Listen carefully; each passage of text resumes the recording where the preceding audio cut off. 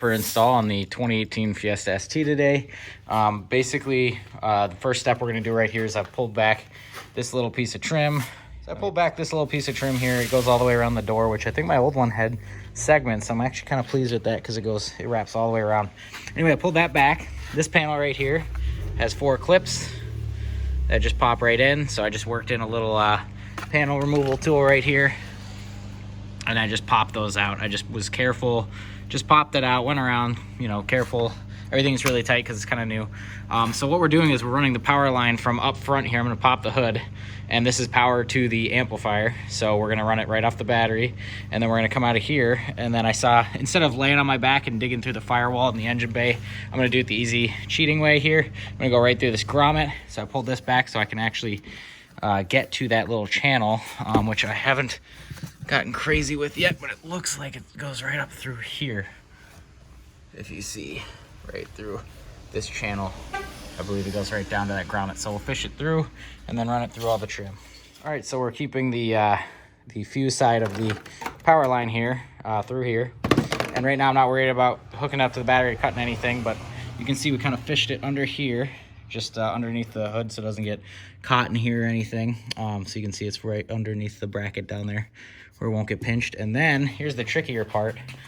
So you can't really see it. There we go. So you gotta stay really low in there. Let me try to focus. You gotta stay really low and you can fish it through. And then it actually goes underneath this trim piece, pops out right here. And what we did is I had my buddy Gus help me. And you can see there's a foam piece in here.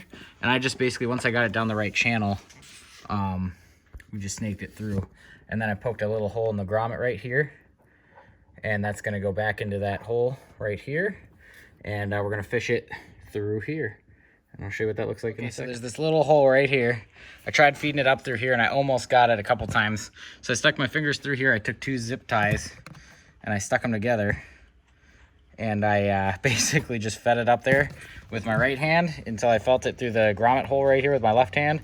And then I got it connected up here and taped.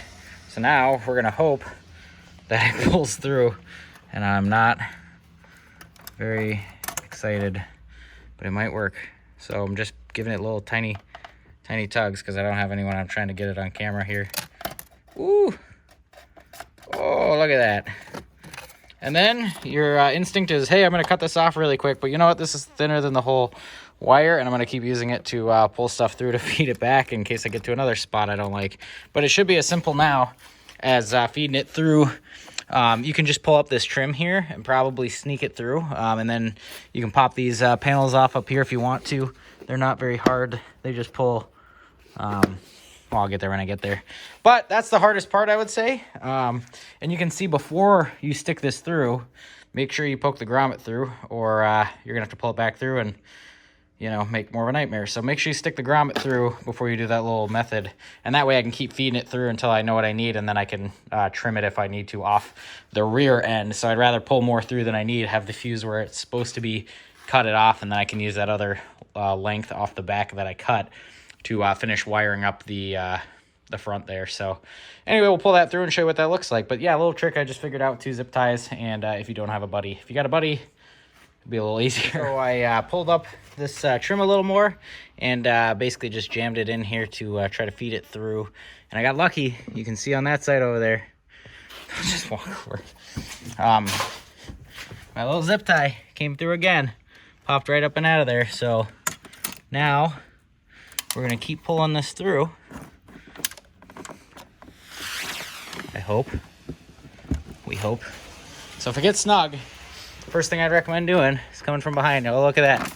Got stuck in the trim there. So I am going to gently push it through and make sure that we're still tracking all right. You know, if pulling is too tight, then something's bound up or there's a kink in the middle of the line there. And don't want to do that. So run this once, not 8 times. So yeah, anyway, we're going to do that. And then I'm going to see how much I can get away with here. But it looks like I got 2 options. I can either come up through here and go out the back, or I can pull the seat up and go through there. But I'll show you what I end up deciding. The zip tie method here. I just kind of ran it up through here, picked a spot that I liked, and kind of stuffed it through. So I just poked it up through here behind the seat and then tucked it down underneath.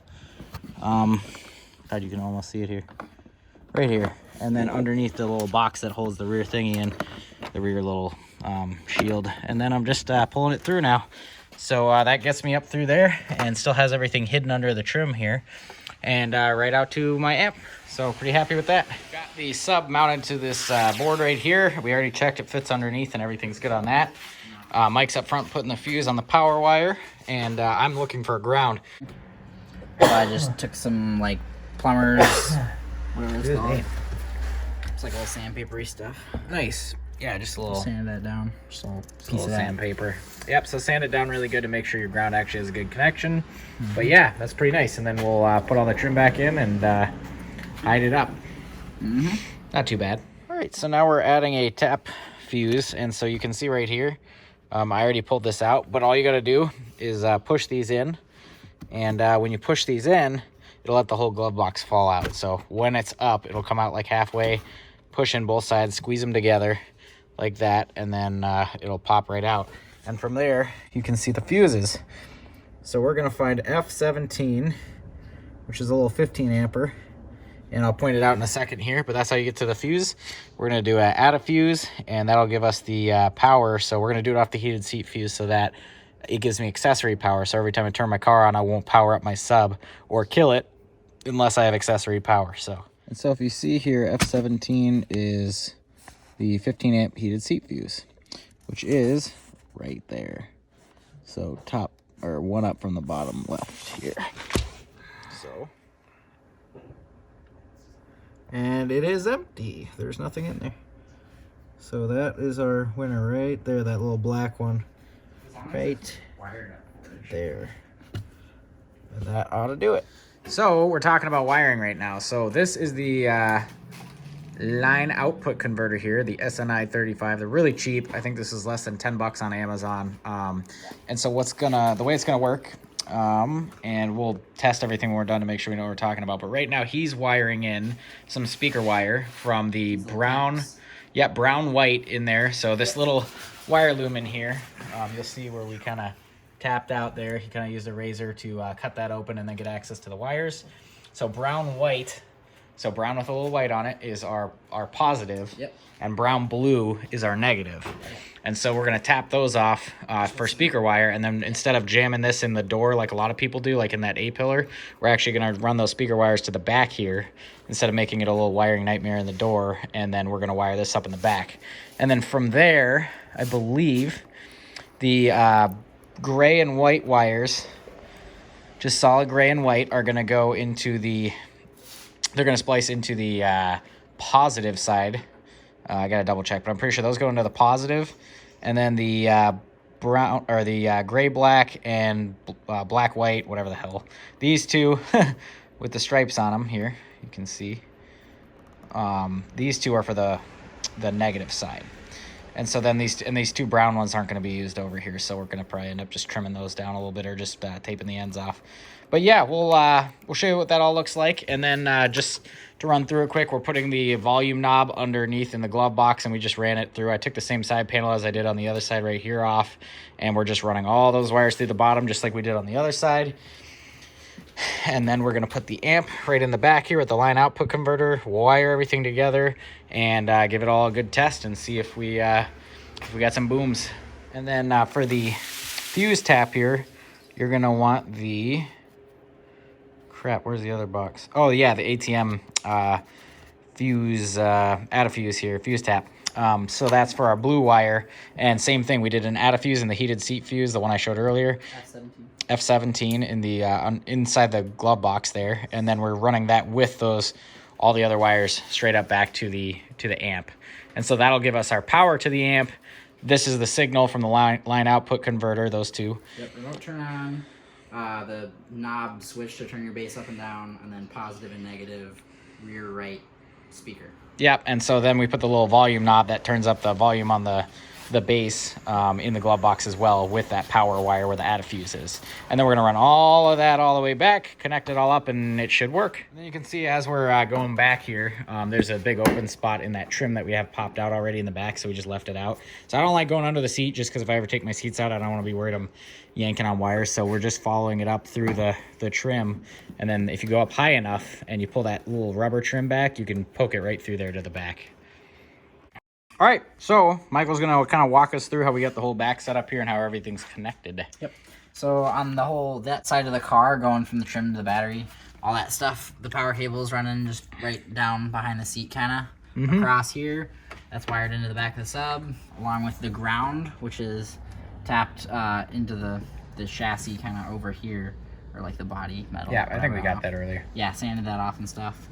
And then the remote control like knob to turn it up and down from the front without having to come back and mess with the amp. That's this one right here. We had a lot of spare wire, so we just kind of zip tied that new little bundle. And that and the blue remote start wire are both going up the trim all the way kind of like towards the glove box. Yeah, on the right side. Yep, on the right side. And the blue wires basically are fuse for power to the amp. Yep, which we did from like the heated seats fuse. So when you turn the car on, it'll turn the amp on. It's not just live all the time, which is kind of convenient. That's what you want. Turn off without having to add a manual switch, so that's kind of nice. Exactly.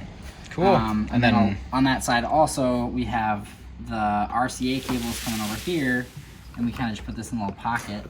And we spliced off those speaker wires earlier, so we have the line out converter here. Yeah, let's show those like colors here. So we basically took speaker wire and split it, and so the gold wires are positive. Yep. And so we wired that to the white and gray wires. Well, they're not positive. So just for sake of reference, the gold and silver, gold is positive, and that was to the brown and blue? Brown and white. Brown and white. Brown and blue was negative. So I spliced that to the silver cable. Yep. And that on the converter is going to the gray and black and the white and black, which would be the negative inputs for the converter for the left and right rear, or just really left and right, for both negatives of each. And then for both positives, we have the fully white and then the fully gray cables, and those are going to the gold. Yep. And then from the line output converter, we got the RCAs tapped off. Yep. I found another picture basically, so they're not labeled for positive and negative, but if you have it right side up, red's on the bottom, black's on the top there. And then we ran those to the right side, black, and then these are red and white, so red and black would be in the white slot. So. Yep, because the right side of the amp is the inputs, and then the outputs are on the left, if you're wondering which one your amp might be different. Cool, so now we're going to crank it up and tune it. How do we do that? There's a little screw for it or something? Or yeah, so you have a whole bunch of knobs in the back here. You've got your level, your subsonic filter, bass boost, and your low pass frequency, which is like a low pass filter. Well, I guess it'd be the high, whatever, doesn't matter. So your input level is basically how much your amp is like taking from the signal. So that's where a lot of your noise is going to come from, like sound. So that's a big one. When you're turning it up and down, you're going to notice a big difference with the sub. Your subsonic filter is basically whatever you have that number set to, it won't play any notes below that. So if your sub is rated to go down to 30 hertz, then you can set that to 30, so you're not just sending 20 and 25 at that for no reason. Your bass boost is sort of like your level, but it's more like just turning up the volume. Because it's a subwoofer, so. Yeah, and so bass boost, you can kind of, when you're tuning everything, you can kind of set that to how you like it. That's more preference, really. And then your low pass is kind of like the opposite of your subsonic filter, because it's basically like if your door speakers play everything down to 100 hertz really well, but they're not getting like 30 to 90, those bass notes just don't show on those. That's where you're going to want this to shine. And you're going to basically get your subsonic all the way as low as your subwoofer will go. And then your low pass frequency, you don't want it to be playing anything above what your door speakers can already play. Cool. Because the subwoofer is meant for low notes, and it might get messy if it's playing all these like mids and stuff that your car is already doing fine. That makes sense. Let the subwoofer do its job. Well, cool. Let's get to it. We'll start pumping some songs we like and stick the sub in the back, actually, and get tuning.